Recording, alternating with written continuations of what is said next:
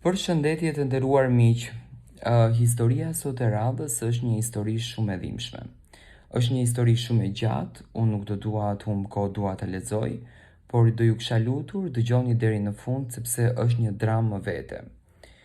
Do doja të ndaja me ju historinë e jetës time, që filloi para 4 vitesh në moshën 20 vjeçare, ose më sakt, përrallën që mendova se po e jetoja. Por jo çdo përrall ka një fund të lumtur.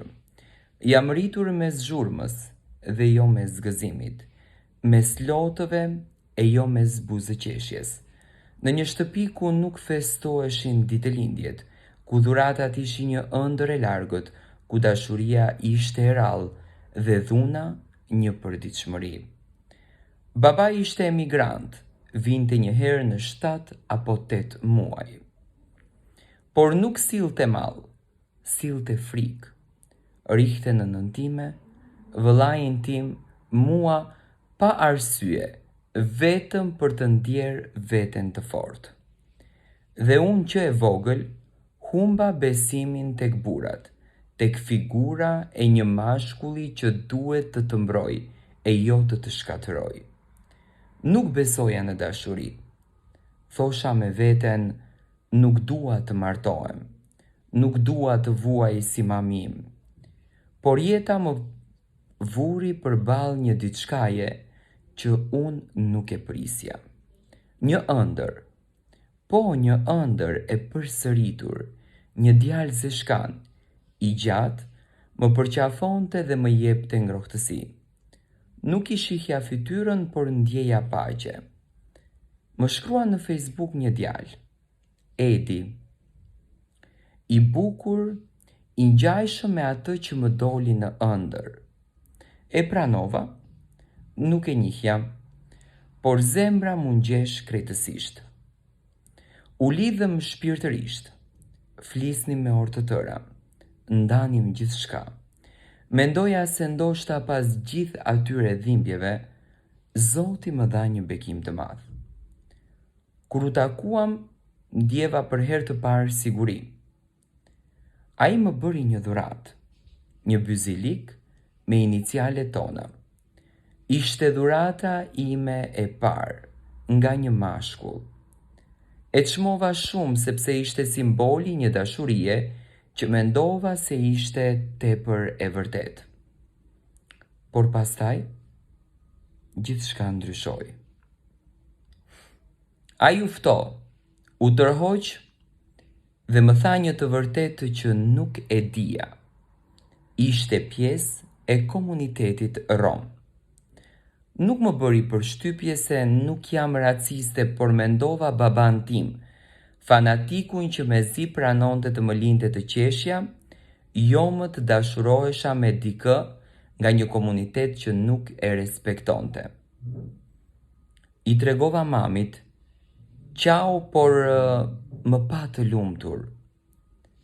Dhe e pranoi, por kur ja tregova babit, gjithçka u shkatrua. Filloi dhuna, kërcënimet, presioni, vëllai u kthye kundër meje. Familja më përzuri për një dashuri që unë mendova se do të më shpëtonte. Edi e dinte këtë, e pa, por nuk qëndroi. Kur babain foli me të në kamera, e uli dhe e fyu, I tregoi se ç'është burr, dhe Edi u dorëzua. Jo me njëherë, por u fto, u largua, u bë një njeri që nuk e njihja më. Njëherë në një moment dëshpërimi krijova një Instagram tjetër, thjesht për të biseduar me njerëz që nuk më njihnin. Nuk flisja për lidhje, doja të dija si mendonin të tjerët, si është të dashurosh një vajzë nga komuniteti apo të dashurosh një njeri nga komuniteti rom. Një djalë, kisha shumë ngarkesë. Kur ai mori vesh më akuzoi për tradhti dhe pse ishin vetëm biseda të thjeshta. Më ofendoi, më zhgënjeu, më poshtroi, më bllokoi nga gjithçka. U përpoqja ta sqaroj, I tregova gjithçka, nuk më besoi dhe u bë I huaj, por unë vazhdova ta dua. Kaluan muaj, u bën vite, ai më hoqi nga jeta e tij, por unë nuk munda ta hiqja nga zemra, pavarësisht se ai nuk më kuptoi, nuk më fali, më la të vuaja, unë nuk ja ktheva kur me urrejtje. Unë e desha me shpirt atë njeri. Kur mora vesh që ishte fejuar, bota mu shëm krejtësisht. Lotët më dilnin vetë. Nuk e meritoja atë dhimbje, sepse unë bëra gjithçka për të. Luftova familjen, durova dhunën, e zgjodha atë mbi gjithçka. Edhe ai më haroi. Byzilikun që më dha e mbajta 4 vite në një sirtar. E hodha në një det mes lotësh, ditën që pash fotot e fejesës së tij.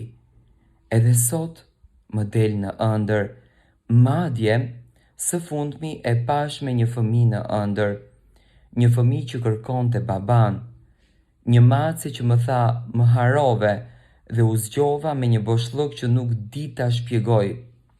Kjo është historia ime, kjo është e vërteta ime, nuk jam perfekte, por nuk isha e keqe, nuk isha tradhtare, isha thjesht një vajzë që donte një djalë më shumë se sa duhej, në një botë që i tregonte se dashuria nuk mjafton.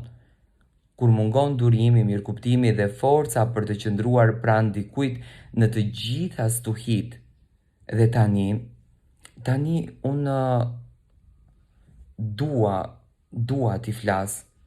Çdo vajzë që po më dëgjon, mos bëj luftë për dikë që dorëzohet sapo nis betejë. Mos jep gjithçka për një zemër që nuk di të vlerësoj. Mos e ul veten për të ngritur dikë tjetër që nuk të shikon. Dhe mbi të gjitha, mos haro veten. Dashuria vërtet nuk të shkatëron, nuk të ul, nuk të thërmon. Dashuria të ri të bën më të fortë, të mbështet. Nëse dikush nuk të do siç je, nuk është dashuri, është vetë zhgënjim. Zhgënjimi më i madh në jetën time nuk ishte ndarja, ishte mënyra si më pa ai si një gabim në jetë, kur në fakt unë isha bekim për të. Sa e rënd që nga, por nuk e kuptoja me thënë të drejtën që ai do të më linte, dhe një ditë ndoshta do ta kuptoj, por do t'jetë shumë vonë. Dhe ti që po më dëgjon, mbaje kokën lart, edhe kur zemra të është thyer sepse Zoti të sheh. Dhe dikur dikush do të vi dhe do të doj pa kushte, ashtu siç ti e meriton. Mos kalonin depresion për një mashkull që s'ta di vlerën, mëso të duash veten, mëso të thuash mjaft kur nuk të trajton siç e meriton. Mos prit që ai të kupton se çfarë humbi, kupto ti vetë se çfarë ke fituar kur e ke lënë atë pas. Kjo është historia e kësaj vajze. Dua të marr mendimin tuaj për këtë histori.